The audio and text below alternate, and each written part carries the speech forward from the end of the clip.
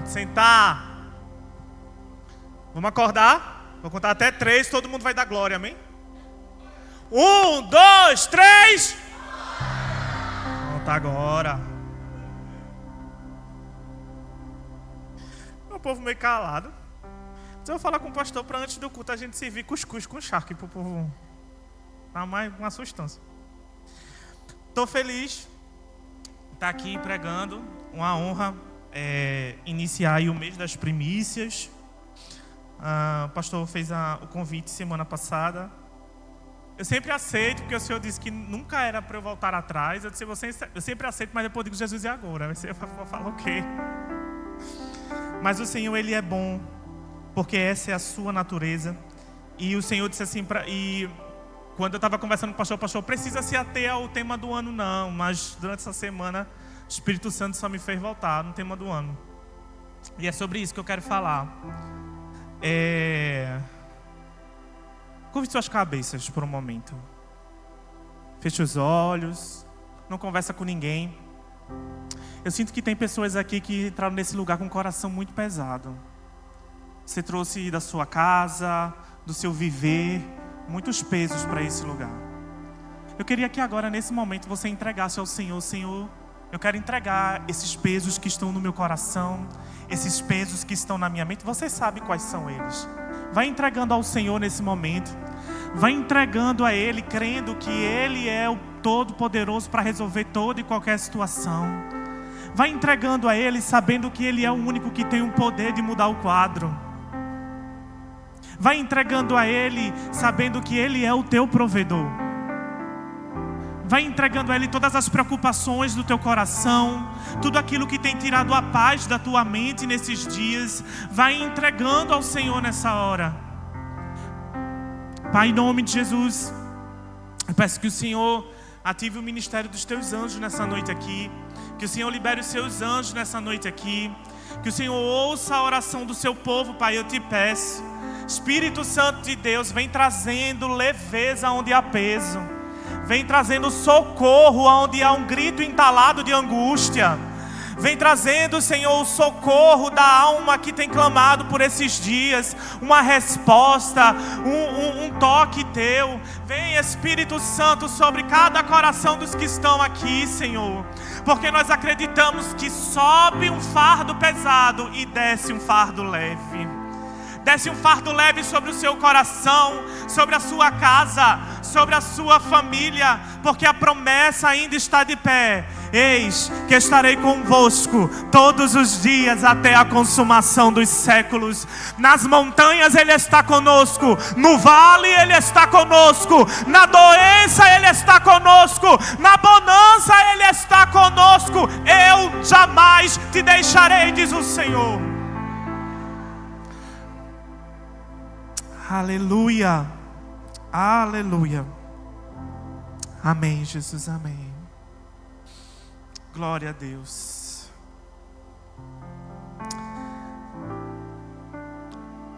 O tema que o Senhor ministrou ao coração do nosso pastor para esse ano é florescer, ano do florescer. E durante esse ano eu me debrucei sobre esse tema, digo, Senhor, o que é que o Senhor quer falar? E eu vou trazer uma perspectiva daquilo que o Senhor colocou no meu coração, profética. E eu tenho um modo de pregar. Primeiro, a gente vai falar de fundamentos, vai dar fundamentos às coisas, depois a gente aquece as hélices e vai-se embora. Mas tem que ter fundamento na palavra, porque senão não é legítimo e não tem autorização dos céus. Então, para falar de florescer, a gente vai precisar falar sobre as fases da colheita. E eu não sei você, mas desde que o ano virou, meu coração tem sido bombardeado com expectativas por aquilo que Deus vai fazer nesse lugar. Meu coração tem borbulhado, meu espírito tem borbulhado por aquilo que o Senhor tem para fazer no nosso meio. E não olhe você aí achando que você não faz parte disso, porque Deus conta com você. Quando Ele fala de florescer, Ele não está falando apenas de um indivíduo, Ele está falando de toda uma comunidade. E se você faz parte desse lugar, se prepare, porque os ramos vão florescer na sua vida. E até chegar o momento do florescer, a gente tem fases até a colheita. Colheita e florescer são sinônimos que falam a mesma coisa. Deus, ele é um Deus de ciclos. Deus, ele é um Deus de estações. Deus, ele é Deus de calendário e de data marcada. E existe tempo para todas as coisas, diz lá em Eclesiastes. E durante o processo de colheita não é diferente. Existe o tempo de arar a terra. Existe o tempo de você lançar a semente. Existe o tempo de você regar. Existe o tempo de você esperar. Existe o tempo de você colher. São várias fases até chegar no momento da colheita. A colheita não acontece da noite para o dia. A colheita não é algo que acontece de forma repentina, não. Ela é resultado de um processo. E Deus, ele é tão, às vezes, metódico, porque Deus, ele é um Deus de etapas. Ele não vai falar com você a próxima etapa enquanto você não concluir essa. A gente pensa lá em Noé. Deus disse: faça uma arca, porque eu vou mandar dilúvio sobre a terra. E Deus se calou. E Noé fez a arca e tudo. Depois de um tempo, 100 anos depois, é que Deus volta a falar com Noé. Depois, quando ele tinha cumprido o que ele tinha falado anteriormente. Então Deus, ele não é escravo das nossas ansiedades, nem escravos do nosso sentimento de meter os pés pelas mãos. Deus, ele tem etapas definidas de início, duração e fim. E a nossa ansiedade de saber o próximo passo não pode fazer com que deixemos de lado o quanto que precisamos trabalhar com afinco para aquilo que Ele nos pediu para fazer hoje. O fato dele nos ter feito promessas de um futuro, de coisas que cada um sabe as palavras aqui que recebeu. Mas as palavras do futuro não te podem tirar do quanto que você tem que ser bom mordomo no presente. Porque os estágios de florescer, eles são árduos. Quantos aqui já passaram por estágios de provação, pressão, lapidação, e que depois resultou numa vitória, numa colheita? Quantos aqui? Porque tem um processo de preparar você para experimentar um campo cheio de flores. Existe um processo. E esses estágios, eles se dividem em 2 momentos. O primeiro tem a ver conosco. Arar a terra, semear e regar é com a gente. Brotar e crescer é com Deus. O problema é que muita gente semeia e dá as costas ao campo porque não suporta o tempo da espera. Não suporta o tempo da espera. E eu quero lhe dizer uma boa nova nessa noite. Que se você está olhando para o seu campo e as sementes que você lançou ainda não brotaram na terra, não se confunda. A vida ainda existe na semente que você lançou. O propósito ainda está na semente que vai germinar debaixo da terra. Não se confunda. Não se confunda. Em Levítico 25, do 1 ao 7, a gente vai falar de algo muito interessante sobre descanso, essa parte aqui, que vai dizer assim, Levítico 25, do 1 ao 7. O Senhor disse a Moisés no Monte Sinai: diga o seguinte aos israelitas: quando entrarem na terra que dou a vocês, a própria terra descansará um sábado para o Senhor.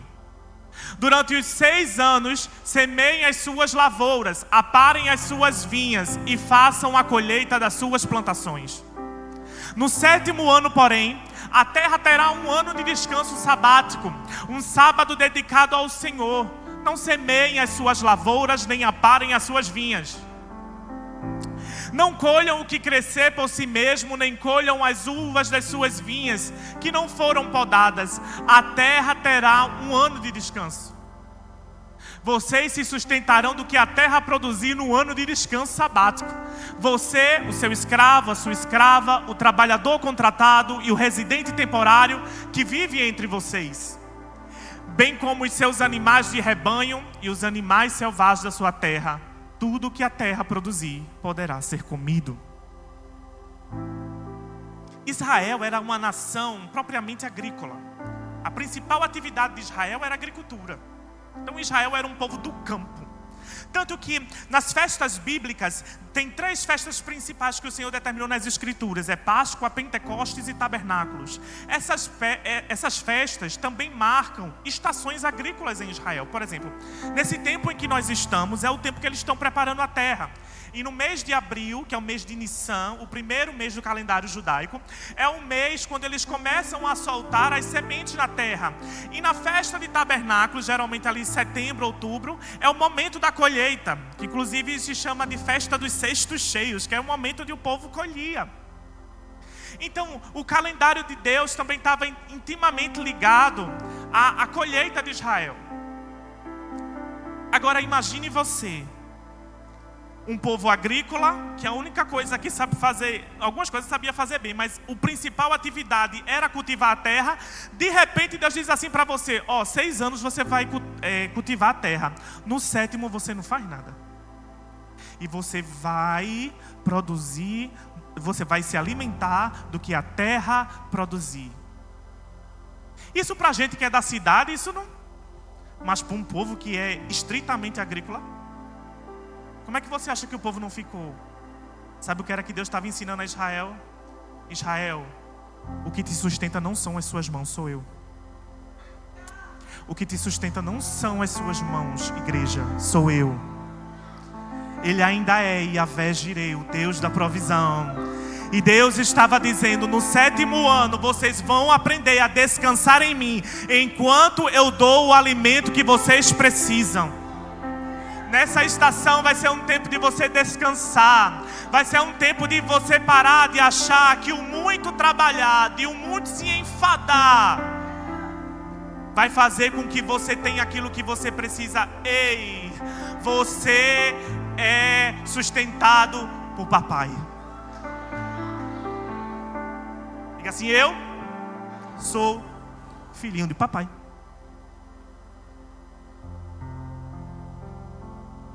E a gente ainda tem a audácia de ter inveja da prosperidade do ímpio, sabendo que tem papai. E é engraçado o quanto que o evangelho ele é contra a cultura, né, pastor? O evangelho é contra a cultura, ele é contra a cultura desse mundo. Porque enquanto esse mundo diz: você tem que produzir, você tem que fazer alta performance, instalou o seu drive, pegou a senha, faça alta produtividade. Deus diz assim: vai parar 1 ano, não se fazer nada. Eu creio que Deus tem senso de humor. Vai parar, você não vai fazer nada. Sabe por quê? Porque para o mundo descansar é perca de tempo, mas para o reino de Deus descansar também é regar semente. Quando você descansa, a semente está sendo regada. Quando você descansa, o propósito da semente está sendo protegido. Porque descansar vai nos livrar da ansiedade de aplicar estratégias e ideias que fazem brilhar os nossos olhos, mas que abortam a colheita. Porque nem sempre uma boa ideia vem de Deus. Às vezes boas ideias nos desviam. O descanso nos ajuda a trocar boas ideias por discernimento. E é no momento que você descansa que você vigia o campo. Qual é o campo que Deus te deu? Você plantou, você está esperando um florescimento, uma colheita, mas é necessário que você vigie o campo, porque a todo momento o inimigo das nossas almas quer soltar suas raposinhas no meio das nossas colheitas para destruir todo o nosso trabalho árduo. Mas ainda bem que o campo tem dono. Ainda bem que o campo tem dono. Que o campo que Deus te deu não está abandonado. Talvez o teu campo é a tua família, a tua casa, os teus filhos não estão abandonados. Talvez você dói o coração porque algumas pessoas da sua família você gostaria que estivessem aqui, mas o campo tem dono. O campo tem dono. Espera com paciência no Senhor. Espera com paciência no Senhor. Gálatas 6, do 8 ao 9, vai dizer: quem semeia para a sua própria carne, da carne colherá destruição. Contudo, quem semeia para o Espírito, do Espírito colherá a vida eterna. Não nos cansemos de fazer o bem, pois no tempo próprio colheremos, se não desistirmos. A colheita tem um se, a colheita tem uma condição de não desistir, porque colheita é qualidade de quem resiste. Colheita é consequência de quem permanece. Colheita é consequência de quem Deus diz assim: Deus me disse que era para ficar aqui, e eu não tiro os meus pés do lugar onde o Senhor me chamou para ocupar. É resistência, é resistência, é resistência. Submetei ao Senhor, resisti ao diabo, e ele fugirá de vós. Resista nesse tempo. Porque o versículo 9, Gálatas 6, versículo 9: se não desistirmos. Abra seus ouvidos. Uma das coisas que o inimigo vai mais usar nesse tempo de florescimento é o desânimo. É uma das armas que ele vai mais usar nesse tempo. Então vigia o teu campo, porque ele vai bater na porta do seu coração dizendo: deixa de fazer papel de trouxa. Tu estás orando, orando, orando. Tu estás esperando, esperando, esperando. E quantas vezes no processo que nós estamos esperando algo que o Senhor prometeu, nós damos de cara com o desânimo. Mas quando o desânimo bater na porta do seu coração, abra a porta. Que é isso, Gilberto? O ano mudou e tu perdeu o juízo. Abra a porta quando o desânimo chegar no seu coração. Mas não é abrir a porta, não, para convidar ele para entrar, não. Quando o desânimo bater na porta do seu coração, abra a porta e esfregue a promessa na cara dele. Quando o desânimo disser: ei, cheguei, você pega a palavra, pega a promessa e esfrega na cara dele e diz assim: ele disse que vai fazer. Ele disse que vai fazer, e ele não mente, frutificando, ele vai fazer. Ele vai fazer. Tentaram matar a vida da semente, mas esqueceram que a semente tem propósito e o campo tem dono. Esqueceram que a semente neste solo está preservada por Yahvé, que se assenta no trono de justiça, que não falha e que não tardará em cumprir as suas promessas. Frutificando, a semente não morreu, ela foi preservada. Porque Deus a protegeu. Florescimento é um tempo de maturidade. Um tempo de maturidade. Como eu disse, ele é a consequência de quem resiste o processo. Não tem como vermos campos floridos sem antes passarmos pelo tempo da semeadura com lágrimas. É no tempo da semeadura com lágrimas que nós somos preparados para agir com sabedoria e discernimento no tempo da colheita. Porque você pode perceber, todas as vezes que a gente sai de um momento de choro, de pressão, de angústia, que vence, você olha para trás: não sou a mesma pessoa, é ou não é? Porque Deus, ele vai nos fortalecendo, porque Deus, ele vai trabalhando. Hebreus 5, versículo 8 e 9. Hebreus 5, versículo 8 e 9. Veja que coisa interessante. Embora fosse filho, falando a respeito de Cristo, ele aprendeu a obediência por meio daquilo que sofreu. E uma vez aperfeiçoado, tornou-se a fonte da salvação eterna para todos os que lhe obedecem. Cristo foi aperfeiçoado através do sofrimento, e eu e você vamos ser aperfeiçoados também através dele.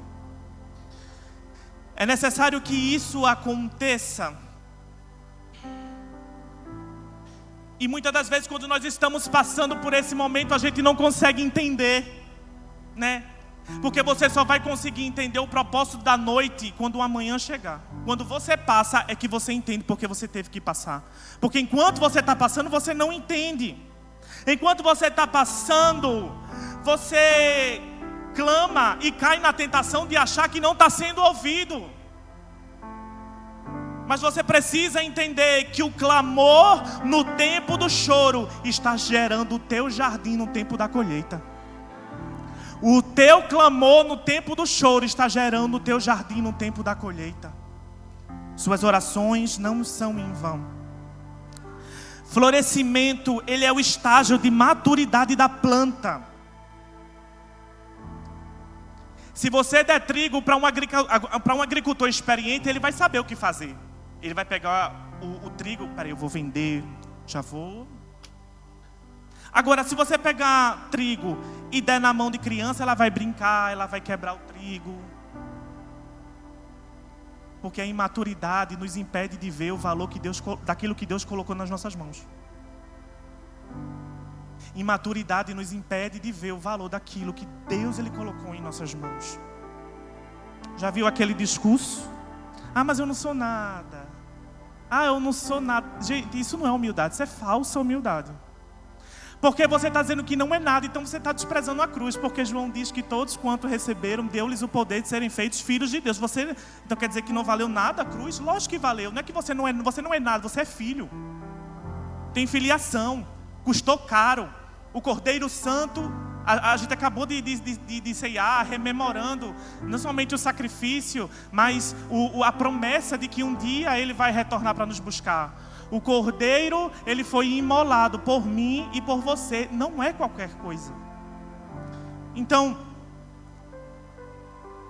a maturidade, ela vai treinar os nossos ouvidos no tempo da dor e das lágrimas, para quando a colheita chegar, eu saber o que fazer com ela. Porque tem gente que não ouve Deus, é quando a colheita chega, eu vou fazer o que com isso aqui? Mas o maduro, que gastou o tempo em oração enquanto as lágrimas estavam caindo, quando os cestos enchem, não, essa parte aqui, Deus disse que era para dar para fulano, essa parte aqui é para investir aqui, essa parte aqui eu vou jogar para lá. Por quê? Porque ouviu Deus. Porque com a abundância, porque com a maturidade vem uma abundância de discernimento. Não é qualquer conversa que chega aos teus ouvidos que você vai aceitar que é Deus que está falando, porque você já está maduro. Você não vai cair em qualquer conversa, não. Não vai cair, não. Por isso que as pessoas não entendem, porque antes do florescer precisa ter o ano do alinhamento. É que se não alinhar, cresce troncho. Se não alinhar, cresce troncho. No alinhamento, as arestas são aparadas. Os olhos e mentes são voltados para Cristo. Para quando o florescimento chegar, hoje, não se desviem do propósito. Por isso que a maturidade, ela chega nos ajudando a gastar o nosso tempo com aquilo que Deus nos chamou. Nós temos a abundância, como eu disse, de discernimento, para entender de que voz está vindo. Às vezes as pessoas dizem assim, tem certeza que é para tu fazer isso? Tem certeza que é para tu estar ali? Tem certeza que é para tu fazer isso? O maduro vai chegar e vai dizer, dá licença, Deus já sinalizou ao meu espírito onde é que eu tenho que gastar meu tempo e minha energia. Neemias 6, do 2 ao 4. Neemias 6, do 2 ao 4. Sanbalat e Gesem mandaram-me a seguinte mensagem: venha, vamos nos encontrar em um dos povoados da planície de Ono. Eles, contudo, estavam tramando fazer-me mal. Por isso enviei-lhes mensageiro com esta resposta: estou executando uma grande obra e não posso descer. Por que parar a obra para ir e encontrar-me com vocês? Eles me mandaram 4 vezes a mesma mensagem e todas as vezes lhe dei a mesma resposta, posicionamento. Vai chegar aqui, ó. Vem encontrar com a gente. Estou executando e eu gosto de Neemias, que ele é muito direto. Eu estou executando uma boa obra. Por que mesmo que eu tenho que perder tempo com vocês? Por que mesmo que eu tenho que perder tempo com a voz de vocês, quando a voz de Deus já me disse o que fazer no meu interior? Eu vou perder tempo com vocês para quê? Pare de perder tempo com conversa afiada. Pare de perder tempo com conversa afiada. Pare de perder tempo com conversa de demônio travestida de conselho. Diz que é conselho, mas é cão purinho. Tomar cuidado. Tomar cuidado. Quantas pessoas não saem do lugar? Quantas pessoas não saem do seu posicionamento, até mesmo dentro da sua casa? Porque o conselho é: vem descer para conversar com a gente. Aí sai do posto. E Neemias disse: mas eles queriam me fazer mal. Discernimento te protege. Então que nós possamos ser como Neemias. Pode vir quantas vezes quiser. Aqui foram 4 vezes, né? Porque eu estou envolvido em uma grande obra e não tenho tempo para perder tempo com conversas que não me levam ao propósito que Deus me deu, com conversas que me fazem dar as costas para o campo que Deus me mandou cuidar.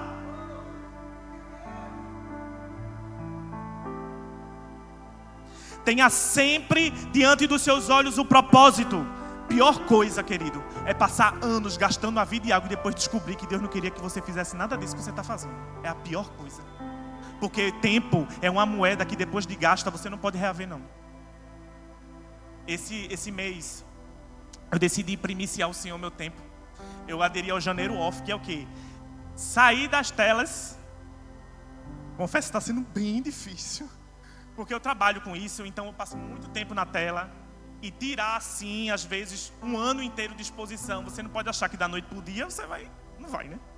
Mas assim, querendo ter mais tempo com o Senhor, sabe? Já iniciei minha leitura anual, então queria inclusive desafiar a igreja: comece a sua leitura anual da Bíblia. Terminou a Bíblia, volta para o início. Terminou a Bíblia, volta para o início. Tem que ler e reler. Amém? Então, nesse tempo, por quê? Porque eu entendi que eu precisava desse primeiro mês do ano para iniciar o Senhor, para entender em oração aonde é que Ele quer que eu gaste as minhas energias, aonde é que Ele quer que eu empenhe a minha força, para que você seja assertivo, para que você não fique como você ficou, quem sabe, no 31 que passou, olhando para trás dizendo: poxa, poderia não ter perdido tempo com as coisas que eu perdi. Eu digo: pois é, não orou? Tem que orar, igreja. Não se faz nada sem oração. Não se move sem oração. É na oração que Deus fala. É na oração que Deus dá direção. É na oração que Deus te livra de arapuca que estão mandando para você, para sua casa. Ore em todo o tempo. O que é que Paulo diz? Orai sem cessar. Está no banheiro? Ore. Está tomando banho? Ore. Cortando a verdura? Ore. Fazendo almoço? Ore. No ônibus? Ore.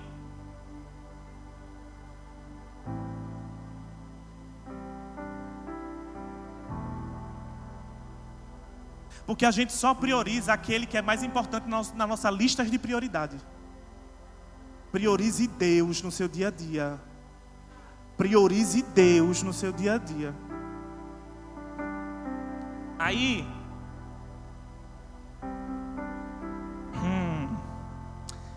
eu falei tudo isso para poder chegar nesse ponto aqui que eu vou entrar agora. Para a planta, o florescimento é um momento ímpar. E aqui nessa parte eu vou entrar para falar nós enquanto igreja frutificando, amém? E tudo que eu falar aqui, o pastor Loriano, líderes da casa, julguem tudo que eu falar aqui.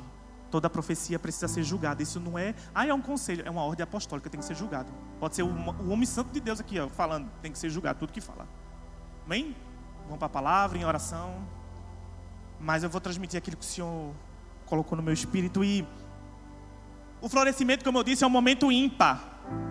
É quando ela sai do estágio vegetativo e entra no estágio reprodutivo. Essa é a estação do florescimento para a planta.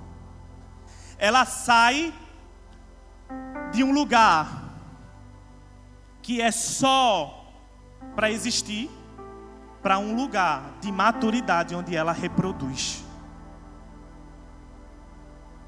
Deixa eu dar um exemplo aqui. Eu sei que nos dias de hoje acontecem muitas coisas que nos deixam perplexos, né?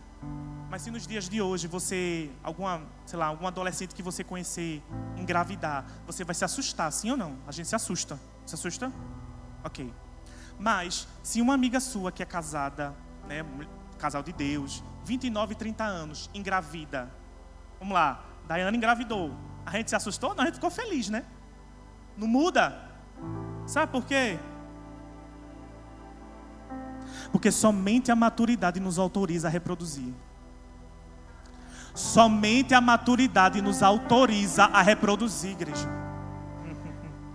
Porque essa reprodução não é feita de forma leviana como somos maduros, mas assim como a reprodução é feita dentro de um casamento, Mateus, é uma reprodução feita num ambiente de aliança com Deus. Esse é o tempo do florescimento. Porque mês que vem nós vamos completar 10 anos, amém? Você está feliz? Misericórdia, você está feliz? Nós vamos celebrar 10 anos. E todo o processo que passamos até aqui. Eu cheguei ano passado, né? Mas eu estou falando pelas outras pessoas que estão aqui. Todo o processo que passamos até aqui foi necessário. Porque eu acredito que florescer, sim, é para esse ano, mas é um sinalizador de Deus para uma nova estação que se inicia sobre esse lugar. Sobre uma estação, sobre o fruto de resistir, sobre o fruto de não ter desistido, sobre o fruto de ter resistido à tentação de voltar atrás. Estação de florescimento, porque foste achado maduro, estás autorizado a reproduzir. Porque foste achado maduro, fostes autorizado a reproduzir. Aleluia! Aleluia! Porque na conexão vertical do ano passado, quando estavam aqui, a gente recebeu muitas palavras proféticas muito pontuais. Pastor Mateus Veiga lá da Zion. Tá tudo anotado, anotei tudo. Porque a palavra profética não é um negócio para a gente escutar e guardar, é para você orar em cima. Deus, qual é meu papel nisso aqui? É o que me deve isso aqui? Porque você faz parte dessa comunidade. E é por isso que precisávamos chorar, nos entristecer. Não era o inimigo fazendo o que queria, era Deus nos fortalecendo para um tempo como este. Cada palavra contrária contra esse lugar serviu para aumentar nossa resistência, porque florescimento é para quem resiste. A planta, quando entra num processo de florescimento, ela libera grãos de pólen, que quando o vento sopra, é levado. E as abelhas, as borboletas pegam esse pólen e vão transferindo para outros lugares, para iniciar a reprodução que dá origem às sementes que caem no chão e inicia o processo tudo de novo.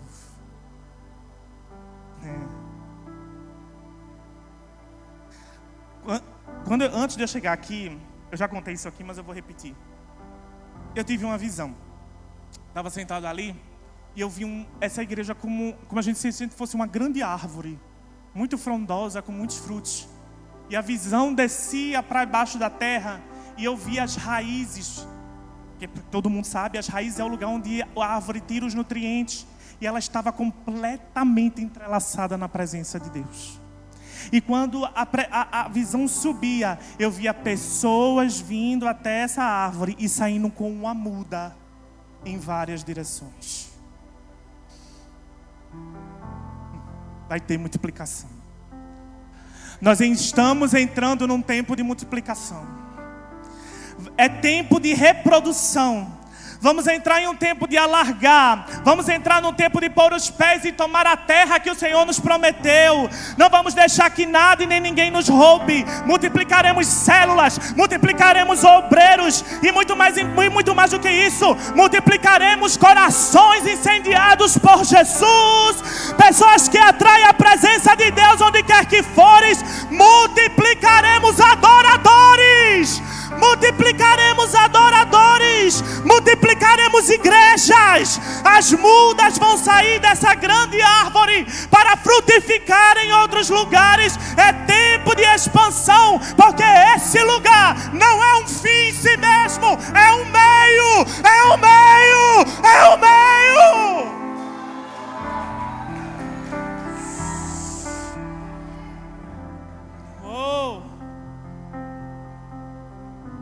O último do nosso pilar é enviamos. E Deus vai ativar uma estação de envio aqui. Missionários vão sair para missões internacionais desse lugar. E nós não teremos nenhum problema financeiro para sustentá-los. Porque o Senhor vai levantar Boaz nesse lugar. Boaz Boaz aqui nesse lugar, muitos Boaz aqui nesse lugar, que vão investir aonde o Senhor mandar investir. Não olhe para o seu negócio apenas como um lugar onde você sustenta a sua família, mas olhe para o seu negócio como uma plataforma de envio missionário. Ei. No mês das primícias, Senhor, nós profetizamos aquilo que vemos nos céus, que abram-se os celeiros e encham-se da provisão de Yahvé, para socorrer o órfão, para socorrer a viúva, o necessitado, e para enviar missionários, abrir frentes de trabalho, como o Senhor falou lá na Conexão Vertical, Senhor, postos, quartéis generais espalhados no Nordeste. Nós declaramos, trazemos essas palavras diante do Senhor nessa noite e dizemos: estamos vigiando o campo, daqui ninguém tira, daqui ninguém rouba, pode vir o que vier, de pé, de pé, de pé, de pé. Aleluia, aleluia. Já estou finalizando. Porque o florescimento, tempo de florescimento, ele emite um som. Salmos 126, versículos 5 e 6. Aqueles que semeiam com lágrimas, a estação do preparo. Aí as pessoas dizem: mas eu estou semeando com lágrimas, passei por essa estação. Ok, vamos para outra parte. Com cânticos de alegria. Aqueles que saem chorando enquanto lança a semente, voltará com cantos de alegria, trazendo os seus feixes. Cântico dos Cânticos 2, do 10 ao 13. Levante suas mãos. Queremos declarar isso. Eu quero declarar essa palavra sobre nós. Tá. Um parêntese. Cântico dos Cânticos, algumas pessoas traduzem de forma literal, mas na história da igreja, a partir de 100 depois de Cristo, além da tradução literal, também muitos estudiosos traduziam como uma alegoria, no sentido de que também representa Cristo e a igreja, amém? Importante pontuar isso. Vamos lá. Levanta as mãos. O meu amado falou frutificando e disse: levante-se, minha querida, minha bela, e venha comigo, minha igreja, e veja, o inverno já passou, acabaram-se as chuvas e já se foram. O 12. Aparecem flores na terra e chegou o tempo de cantar. Já se ouve na nossa terra o som dos pombos. 13. A figueira produz os primeiros frutos. Os vinhos florescem. As vinhas florescem e espalham a sua fragrância. Levante-se e venha, minha querida, venha, minha igreja, venha comigo. O inverno já passou, a chuva já passou, o tempo de cantar. Aleluia. E sabe o que eu acho interessante? Em Salmo diz que os que semeiam com lágrimas voltarão com cantos de alegria com seus feixes. Aqui em Cantares diz, eu acho que no versículo 12, aqui: aparecem flores na terra e chegou o tempo de cantar. Em Salmos, cânticos de alegria, quando a colheita chega. Em Cantares, quando as flores aparecem na terra, o tempo de cantar chegou. Sabe o que isso me diz? Que quando o tempo do florescimento chega, não é silencioso, é barulhento. É com som de alegria. Aleluia. Aleluia. Aleluia. Ela é barulhenta.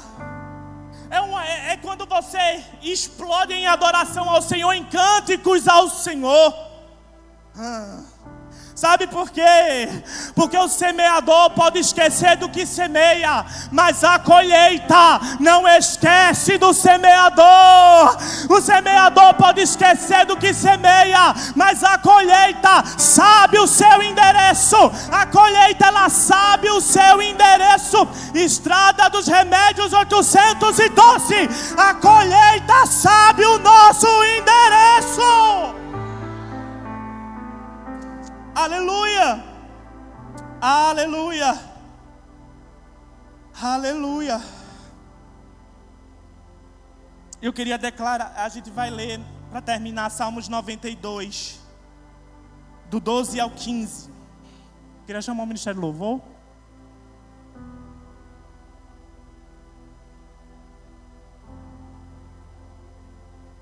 Salmos 92, isso. Que é do tema do ano. Os justos florescerão como a palmeira, crescerão como o cedro do Líbano. Próximo. Plantados na casa do Senhor, florescerão nos átrios do nosso Deus. Mesmo na velhice. Tem vovó e vovô aqui? Quero lhe dizer uma coisa, velhice não é fim da vida não, viu? A Bíblia diz que os velhos vão sonhar. E aqui o texto está dizendo que na velhice vão dar frutos. É um tempo de frutificar também na velhice. É um tempo de frutificar também na terceira idade. Porque não é porque você chegou na terceira idade que Deus esqueceu de você. Deus tem propósitos para você. Amém? Permanecerão viçosos e verdejantes. É, eu acho. Isso. Para proclamar que o Senhor é justo.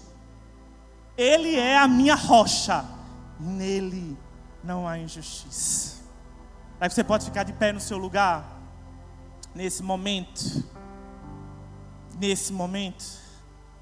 E